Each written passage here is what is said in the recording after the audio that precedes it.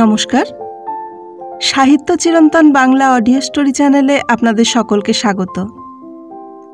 সাহিত্য চিরন্তনের আজকের নিবেদন মনোরঞ্জন ভট্টাচার্যের লেখা শান্তিধামে অশান্তি।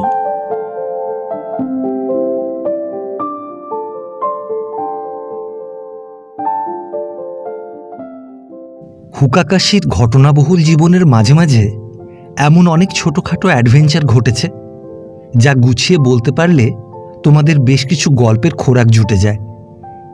তারই একটা আজ তোমাদের শোনাব। ঘটনাটা ঘটেছিল অনেক দিন আগে। সোনার হরিণের অনুসন্ধানে তখনও তিনি হাত দেননি। পুজোর সময় কিছুদিন বিশ্রাম লাভের আশায় তিনি গিয়েছিলেন বিল্লনগরম। মাদ্রাজ প্রদেশের সীমান্তে জায়গাটি, বেশ স্বাস্থ্যকর বলে নাকি খ্যাতি আছে। সঙ্গে আর কেউ ছিল কি না?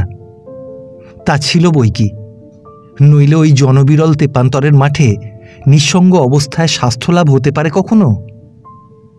রণজিতের ছোট ভাই অভিজিৎ সে যাত্রায় হুকাকাশির সঙ্গী হয়েছিল। সেদিন সকালবেলায় চায়ের পাট চুকিয়ে দিয়ে টেবিলের ধারে মুখোমুখি বসে দুজনে গল্পে মেতে আছেন। দেখা গেল এক মধ্যবয়সী বাঙালি ভদ্রলোক ফটকের সামনে এসে কেমন একটু ইতস্তত করছেন। ভাবটা ঢুকি কি না ঢুকি। হুকাকাশি মুখ তুলে চাইতেই ভদ্রলোকের সঙ্গে তাঁর চোখাচোখি হল।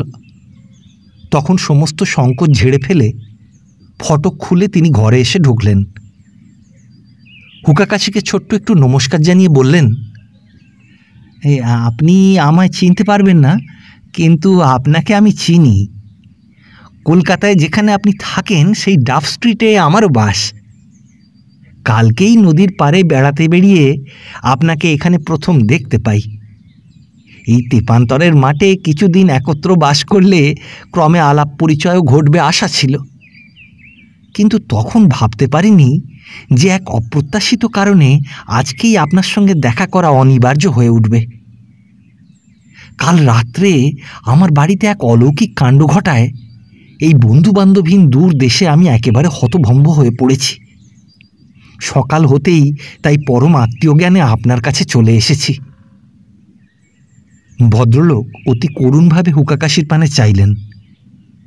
হুকাকাশি নস্যদানটা খুলে জোর একটিপ নস্যি নিতে নিতে বললেন, বেশ, আপনার রাত্রির অভিজ্ঞতা খুলে বলুন।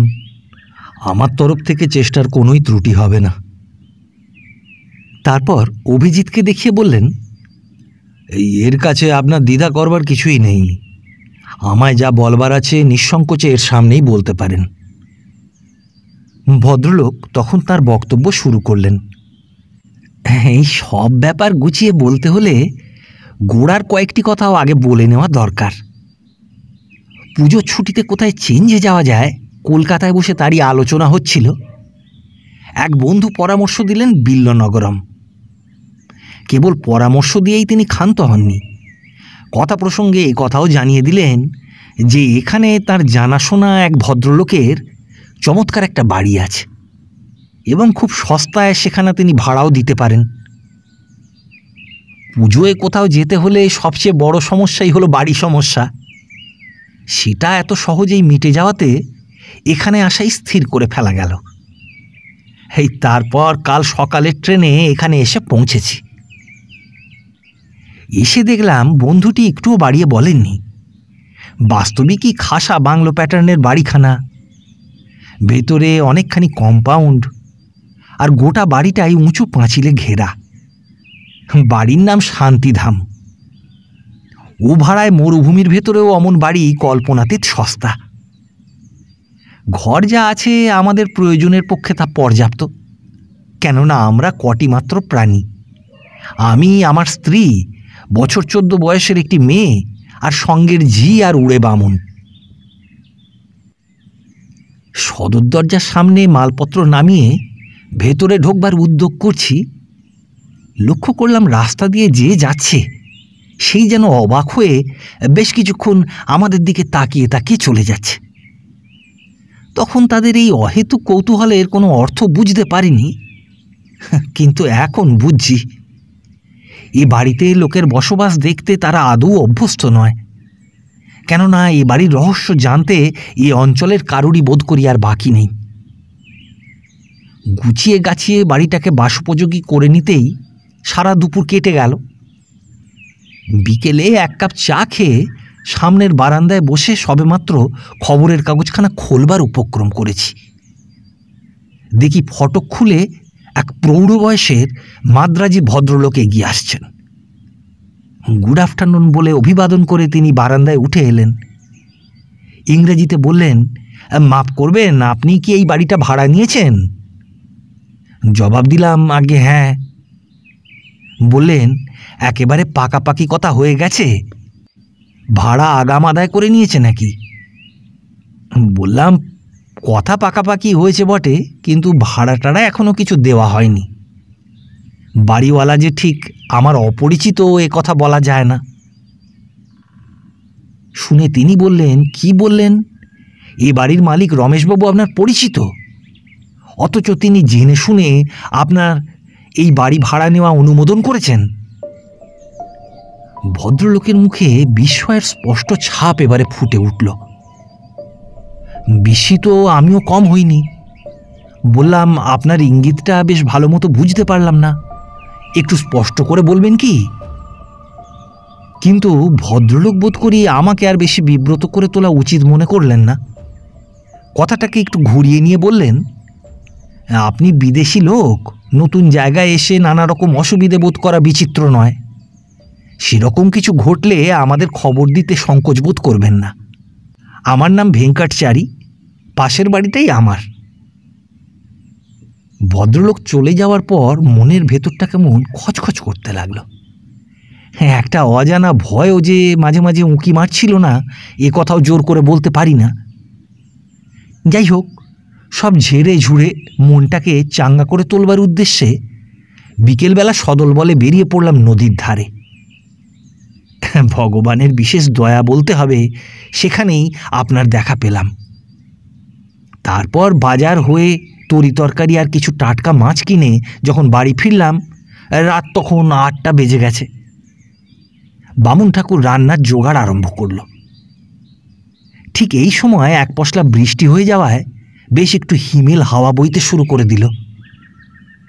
চারিদিক একেবারে নীরব নিস্তব্ধ, ধারে পাশে জনমানবের সাড়া নেই। আমরা জানলার সার্সি বন্ধ করে মাঝের হলঘরটায় এসে বসলাম। আমার স্ত্রী একখানা মাসিক পত্রিকা পড়ে আমাদের শোনাচ্ছিলেন। পাশের কামরায় ঝির নাকের ডাক উঠে গেল। ঘড়িতে 10টা বাজবার সঙ্গে সঙ্গেই হঠাৎ সকলেই যেন একটু চমকে উঠলাম। মনে হলো আমাদের মাথার উপরকার ছাদে অবিশ্রাম খটাখট খটাখট কেমন একটা শব্দ হচ্ছে, ঠিক যেন ছাদ পেটানোর আওয়াজ। একটু কান পেতে থাকতেই লক্ষ্য করলাম শব্দটা ক্রমেই বেড়ে চলেছে। আরও একটু বাদে অসম্ভব জোরে শব্দ হতে লাগলো, দপ দপ ধূপ ধূপ, যেন ছাদময় কারা দৌড়ে বেড়াচ্ছে। আমার স্ত্রী স্বভাবতই একটু ভীতু মানুষ, চেয়ে দেখি তার সারা কপাল ঘেমে উঠেছে। কেননা ছাদে উঠবার যে কোনো সিঁড়ি নেই, বাড়িতে ঢুকেই তা আমরা টের পেয়েছিলাম। ঠিক সেই মুহূর্তেই একটা ব্যাকুল আর্তনাদ কানে এলো। দেখি কিনা বামুন ঠাকুর রান্নাঘর ছেড়ে পাই পাই করে ঊর্ধ্বশ্বাসে আমাদেরই দিকে ছুটে আসছে।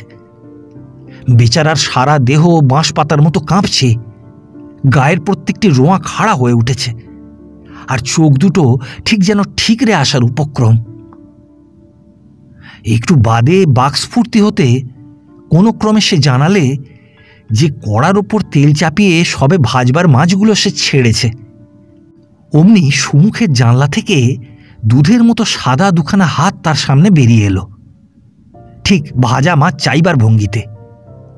সে আঁতকে পিছিয়ে আসতেই ঝপাত করে একরাশ ছাই এসে পড়ল ওই মাছ ভাজবার কড়াটার ওপর, আর সঙ্গে সঙ্গে কে খিলখিল করে হেসে উঠল, রক্তহিম করা এক অদ্ভুত হাসি। আর এক তিলও দাঁড়াবার ভরসা সে পায়নি। দুহাতে পৈতে গাছা জড়িয়ে রাম রাম করতে করতে পালিয়ে এসেছে। এবার ভয় সকলেরই গায়ে কাঁটা দিয়ে উঠল, গিন্নির মুখ ফ্যাকাশে হয়ে গেল। তার বারংবার নিষেধ সত্ত্বেও ব্যাপারটা নিজে চোখে প্রত্যক্ষ করবার জন্য একাই আমি রান্নাঘরের দিকে এগিয়ে চললাম। উঠোন পার হয়ে রান্নাঘরে যেতে হয়। পথে পড়ে মস্ত একটা লেবু গাছ। সবে তার তলায় এসেছি, অমনি সেই গাছের আবডাল থেকে চওড়া লাল পাড় শাড়ি পরা, বোধ করি 8.5 ফুটেরও বেশি ঢ্যাঙা একটি স্ত্রীলোক ঘুমটা মাথায় ঢিপ করে আমার পায়ের কাছে একটা গড় করল। কতখানি ঢ্যাঙা মেয়ে ছেলে তো দূরের কথা, পুরুষও আমি ভাবতে পারি না। আমার আক্কেল গুরুম হয়ে গিয়েছিল। রান্নাঘরে যাওয়া মাথায় উঠল। দৌড়ে কোনো মতে ঘরে ফিরে এলাম। তাড়াতাড়ি দরজা বন্ধ করতে করতে দেখতে পেলাম হো হো করে বিকট এক অট্টহাসি হেসে স্ত্রীলোকটা রান্নাঘরের দিকে ছুটে গেল। প্রায় সঙ্গে সঙ্গেই রান্নাঘরে দুম দাম হাঁড়ি কলসি ফাটার শব্দ শোনা গেল। তারপরেই আক্রমণ শুরু হলো বাংলোখানার উপরে। ঠিক বর্ষাকালের বৃষ্টির ফোঁটার মতো অনবরত ইট আর পাটকেল, ইট আর পাটকেল। সারা রাত কটি প্রাণী ঠায় ঘরের মেঝের ওপর বসে কাটালাম। একটি বারের তরেও কারুর চোখের পাতা বুঝতে সাহস হলো না। তারপর সকাল হলে ছুটে গেলাম পাশের বাড়ি ভেঙ্কটচারীর কাছে। সমস্ত খবর খুঁটিয়ে শোনবার পরে তিনি গম্ভীরভাবে বললেন, যা আশঙ্কা করেছিলাম তাই ঘটেছে। কাল আপনাকে সমস্ত কথা খুলে বলা হয়নি, হয়তো আপনি খুবই বিচলিত হয়ে পড়বেন মনে করে। কিন্তু আজ আর বলতে বাধা নেই যে যে বাড়িটা আপনি নিয়েছেন এই অঞ্চলে সবারই ধারণা ওটা ভূতের বাড়ি। প্রায় 2 বছর হলো এমনি ধারা উপদ্রব আরম্ভ হয়েছে। এই 2 বছরে অন্তত 4 বাড়িটা ভাড়া হয়েছিল, কিন্তু 1 রাতের বেশি কোনো ভাড়াটেই টিকতে পারেনি ওখানে। রমেশবাবু বাড়ির ভাড়া খুবই কমিয়েই দিয়েছেন, তবু প্রাণ হাতে করে কে যাবে বলুন?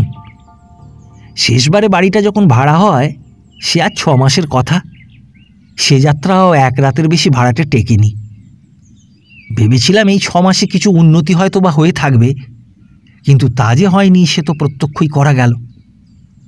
ওটা আমারই পাশের বাড়ি হওয়াতে মাঝে মাঝে আমারও যে একটু আধটু ভাবনা হয় না তা নয়।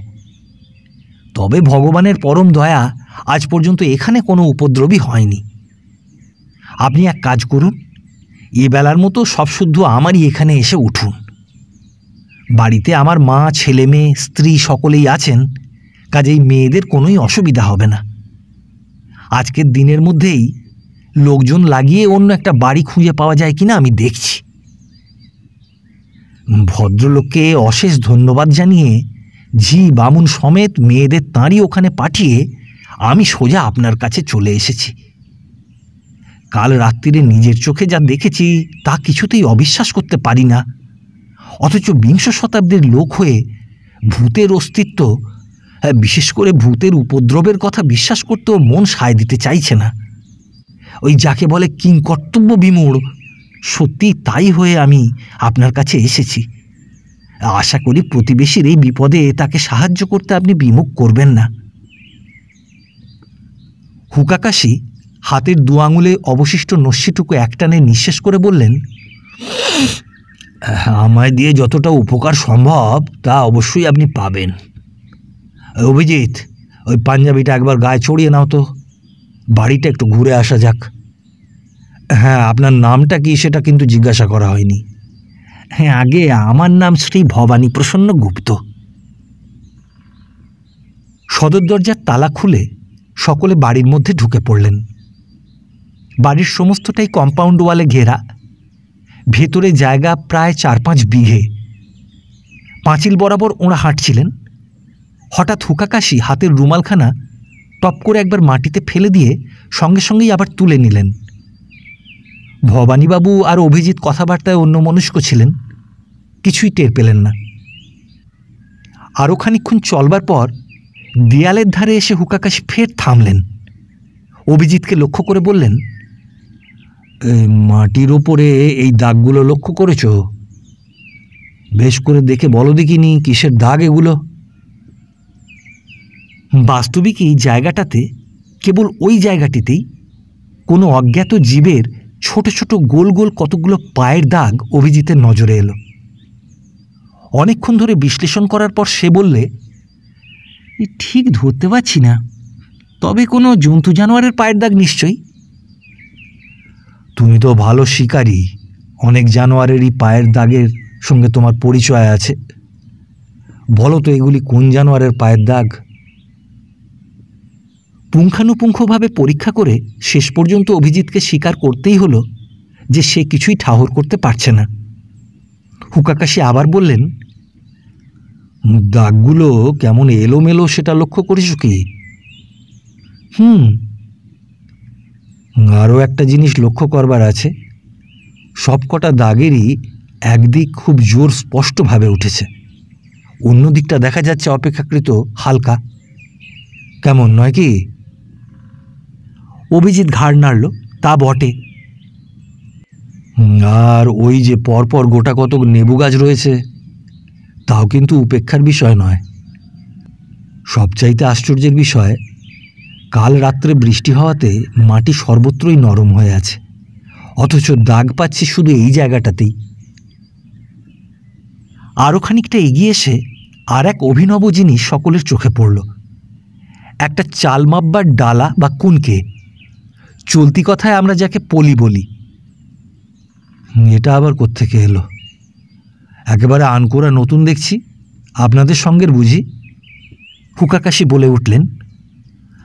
না তো, ভবানীবাবু জবাব দিলেন। ও, বোঝা গেছে তবে। আচ্ছা ভবানীবাবু, সাধারণত আপনি কি মার্কার সিগারেট খেয়ে থাকেন? ভবানীবাবু এইবার বিস্মিত হলেন। সিগারেট সিগারেট তো আমি খাই না। আমি ছেড়ে আমার বামুন চাকরদের পর্যন্ত ওই জিনিসটি খাওয়া বারণ। গিন্নির হাঁপানির মাদুলি আছে, তামাকের গন্ধ পর্যন্ত ওর নাকে যাওয়া নিষেধ। আরে ওই জন্যেই তো বামুন চাকর জোটানো আমার পক্ষে এক মহা দায়। তামাক খাবে না, বিড়ি টানবে না, এমন লোক ওই শ্রেণীর মধ্যে হাজারে বোধ করি একজনও পাবেন না। নস্যিটা নিশ্চয়ই বাদ, ওতে বুদ্ধি খোলে। হুকাকাশি হেসে বললেন, যাক, রহস্য থাক। বাড়িতে ঢুকে ঘরদোর বারান্দাগুলোর আপনি কি অবস্থা দেখেছিলেন বলুন তো? ধুলো আর ঝুলে গোটা বাড়িটাই একাকার হয়েছিল। আর রান্নাঘরটা? হ্যাঁ, তারও সেই একই অবস্থা। পুরো এক দুপুর লেগেছে বাড়িটাকে শুধু বাসোপযোগী করে তুলতেই। তা উনুনও তবে পাততে হয়েছিল নিজেদেরকেই? হ্যাঁ, নিশ্চয়ই। কথা বলতে বলতে সবাই সদর দরজার দিকেই এসে পড়েছিলেন। হুকাকাশি বললেন, চলুন এবার আপনার আস্তানায় গিয়ে বসা যাক। এবেলার মতো চারির ওখানেই তো আপনার থাকবার ব্যবস্থা। অতিথি সৎকারের জন্য ভেঙ্কটচারী তখন নিজে দাঁড়িয়ে মালি দিয়ে তার বাগান থেকে কপি, বেগুন, শালগম প্রভৃতি তোলাচ্ছিলেন। সেখানেই সকলের তলব পড়ল। শিষ্টাচারের পালা শেষ হলে চারিকে হুকাকাশি বললেন, বাগানখানা করেছেন তো মন্দ নয়, সব রকম তরিতরকারি তো দেখতে পাচ্ছি। বাগান সম্বন্ধে ভেঙ্কটচারীর সত্যিকারের গর্ব ছিল। একটু সলজ্জ হাসি হেসে তিনি বললেন, এই আমার একটা হবি, ছোট বাগান, তবে এরই মধ্যে যতটা হয় চেষ্টা ত্রুটি করিনি। আসুন না, দেখবেন সবটা। ঘুরে ঘুরে সকলে বাগান দেখতে লাগলেন।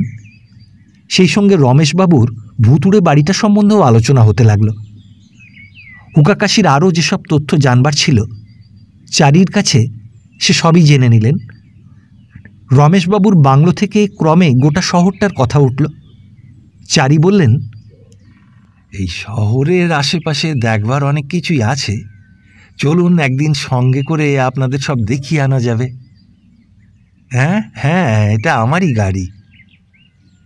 হুকাকাশি বললেন, আপনার আবার নৌকো চালাবারও হবি আছে নাকি? কিন্তু এদেশের নদীতে কি 12 মাস জল পান? নৌকো চালানো? না না, সেসব হবি আমার নেই। এগুলো আঁকছি, মালিদের ব্যবহারে লাগে। আরে কেউ এই সম্মুখম নাকি? এই রামানুজমকে জিজ্ঞাসা করত, ওরা বাড়ি হোয়াইট ওয়াশ করে দিতে রাজি হয়েছে কিনা। ভালো কথা, গল্পে গল্পে আসল কথাই আপনাকে বলা হয়নি ভবানীবাবু। ছোটোখাটো একখানা বাড়ি ভদ্রপল্লীর ভেতরেই পাওয়া গেছে। আশা করি এবার আপনার ভ্যাকেশনটা শান্তিতেই কাটবে। বেলা 3টে নাগাদ হুকাকাশি অভিজিৎকে খামে মুড়া একখানা চিঠি দিয়ে বললেন, আমি বেরুচ্ছি, ভবানীবাবুদের সঙ্গে নিয়ে নদীর ধারে বেড়াতে যাব।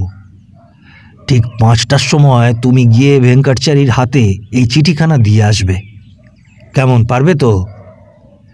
তার না পারবার কথা কি, কিন্তু এই কিসের চিঠি, কি লেখা আছে ওতে?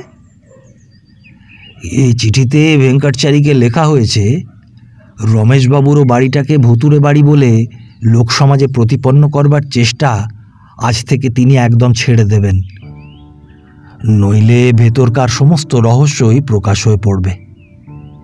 তিনি এ শহরে বিশেষ সম্মানিত লোক, তাঁর আর অপদস্থের সীমা থাকবে না।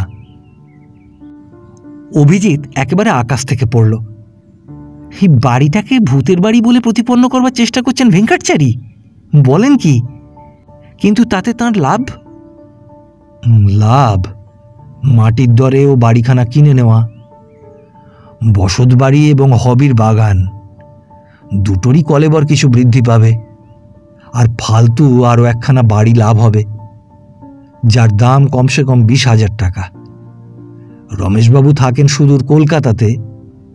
তিনি যখন দেখবেন ভাড়াটের পর ভাড়াটে মাত্র 1 রাত্রি বাসের পরেই ভূতের উপদ্রবে বাড়ি ছেড়ে পালাচ্ছে, ভাড়া যথেষ্ট কমিয়েও সিকি পয়সার আয় হচ্ছে না, তখন যে দাম পান তাতেই ওটা বেচে দিতে তিনি উৎসুক হয়ে পড়বেন।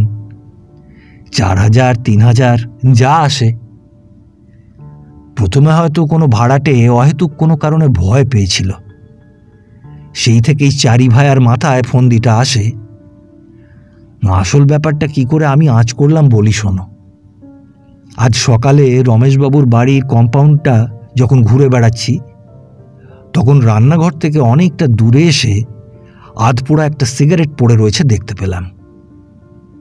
কাল রাত্রিরে জোর এক পশলা বৃষ্টি হয়ে গেছে, অথচ সিগারেটের উপর তার চিহ্ন মাত্র নেই। বোঝা গেল বৃষ্টি থামবার পর এইখানটাতেই কেউ সিগারেট ফুঁকেছে।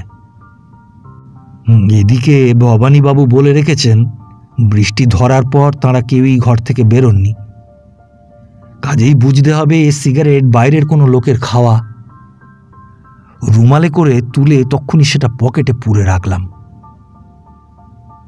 তারপর আরও এগিয়ে পাঁচিলের কাছাকাছি আসতেই সেই রহস্যময় দাগগুলো দেখতে পাওয়া গেল।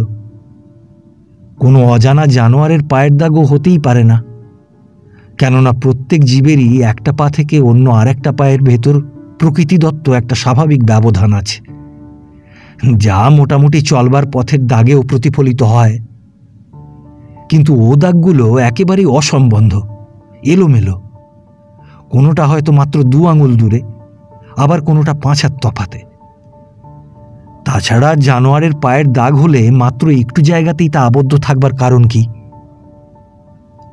আরও একটা লক্ষ্য করবার বিষয় এই যে পাঁচিলের কাছাকাছি এই দাগগুলো পাচ্ছি, আর সবগুলো দাগেতেই পাঁচিলের বিপরীত দিকটা খুব গভীর হয়ে বসেছে, অথচ পাঁচিলের দিকটা অপেক্ষাকৃত হালকা। অর্থাৎ লগির সাহায্যে পোল ভল্ট করে দেওয়াল টপকালে যেরকম হওয়া উচিত ঠিক সেই রকম। অবশ্য লগির দাগ বলে কারো মনে যাতে কোনো রকম সন্দেহ না হয়, সেই উদ্দেশ্যে ওগুলোর গোড়ায় এক একটা করে বিশেষ আকারের লোহার টুপি পরিয়ে নেওয়া হয়েছিল নিশ্চয়ই। জায়গাটাকে আড়াল করে লেবু গাছের ঝাড় থাকায় সন্দেহ আরও দৃঢ় হল। বাস্তবিক অলক্ষ্যে অনেক লোকের দেওয়াল টপকাবার এমন চমৎকার জায়গা আর কোথাও নেই। বুঝলাম ভূত নয়, কয়েকজন মানুষের দ্বারাই রাত্রিরে উপদ্রবটি ঘটছে। কিন্তু কেন? ভবানীবাবু যখন বললেন তিনি আসার আগে সমস্ত বাড়িটা ধুলোয় আর ঝুলে ভর্তি হয়েছিল, তখন কোনো চোর ডাকাতের পাকা আড্ডা বলেও সেটাকে মেনে নিতে পারলাম না। যেখান দিয়ে লোকগুলো দেয়াল টপকে বেরিয়ে গিয়েছিল, অর্থাৎ পাঁচিলের ওধারটাও একবার পরীক্ষা করা দরকার বোধ হলো। সেটা চারির কম্পাউন্ডের মধ্যে। বাগান দেখবার অছিলায় বরাবর পাঁচিলের আশেপাশে নজর রেখে এগুতে লাগলাম।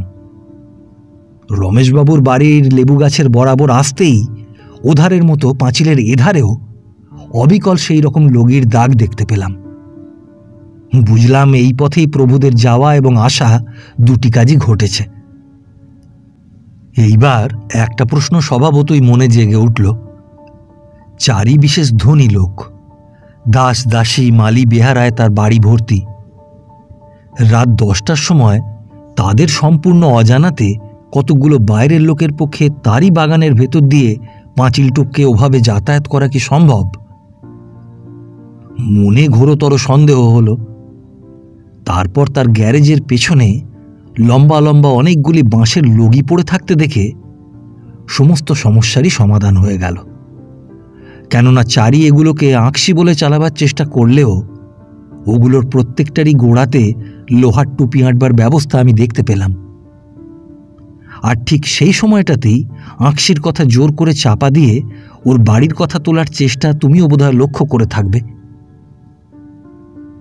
অভিজিৎ একেবারে অভিভূত হয়ে পড়েছিল। একটুখানি চুপ করে থেকে সে বলল, আর ওই চালমাব্বাত পালিটা, ওটি ওখানে এলো কোথা থেকে?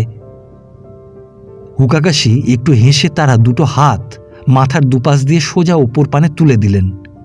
বললেন, এইবারে আমার দু হাতের ডগায় ওটা চাপিয়ে দাও তো। কেমন, ঠিক মানুষের মাথার মতোই মনে হচ্ছে কিনা? এখন যদি আমার গায়ে লাল পাড় শাড়ি জড়িয়ে এই পালির ওপর ঘোমটা পরিয়ে দেওয়া হয়, আর সেই অবস্থায় আমি তোমার পায়ের গোড়ায় ঢিপ করে একটা প্রণাম ঠুকি, তবে এই কার্তিক মাসেও তুমি ঘেমে উঠবে। অথচ আমি যে খুব ঢ্যাঙা এ কথা বোধহয় আমার অন্তরঙ্গ বন্ধুও প্রাণ খুলে বলতে পারবেন না। সে রাত্রিটা হুকাকাশি আর অভিজিৎ ভবানীবাবুদের সঙ্গে তাদের বাংলোতেই কাটিয়েছিলেন। আর সন্ধ্যার পরেই গোটা দুই ফাঁকা আওয়াজ করে জানিয়ে দিয়েছিলেন যে তাদের আরও একটি সঙ্গী আছে, বন্দুক। এরপর থেকে আর কোনোদিন শান্তিধামে ভূতের উপদ্রবের কথা শোনা যায়নি।